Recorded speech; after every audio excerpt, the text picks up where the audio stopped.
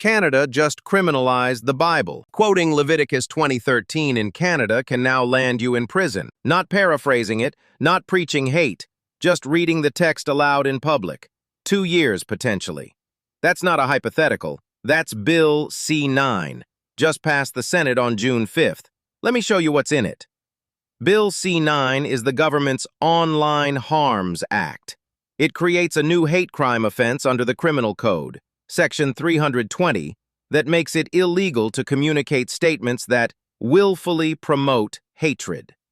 The warrant gives police the power to search and seize anything used in the alleged offense: your phone, your laptop, your sermons. And the penalty? Up to 2 years in prison for a first offense. Now here's where it gets uncomfortable.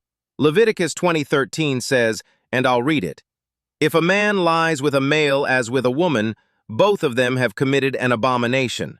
They shall surely be put to death."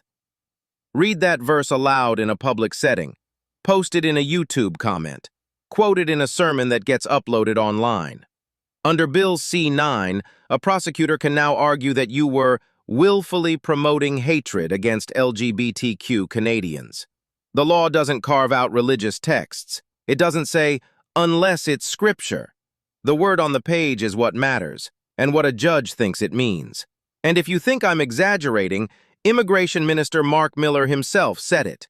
When asked directly whether quoting the Bible could fall under this law, he didn't deny it. He said, "That is a question for a judge to decide." Let that sink in. The government's position is, go ahead and quote your holy book, and let a judge figure out if you're a criminal. Here's what the Canadian Constitution Foundation, the CCF, flagged in their legal analysis. Bill C-9 doesn't just punish hate. It punishes speech that could cause harm, based on how a hypothetical person might interpret it. That's not a free speech standard. That's a chilling effect built into law. You don't need to intend hatred. You don't need anyone to actually be harmed. You just need a complainant who says they felt targeted, and a prosecutor willing to bring the case. Religious liberty lawyers are calling this exactly what it is: a backdoor blasphemy law.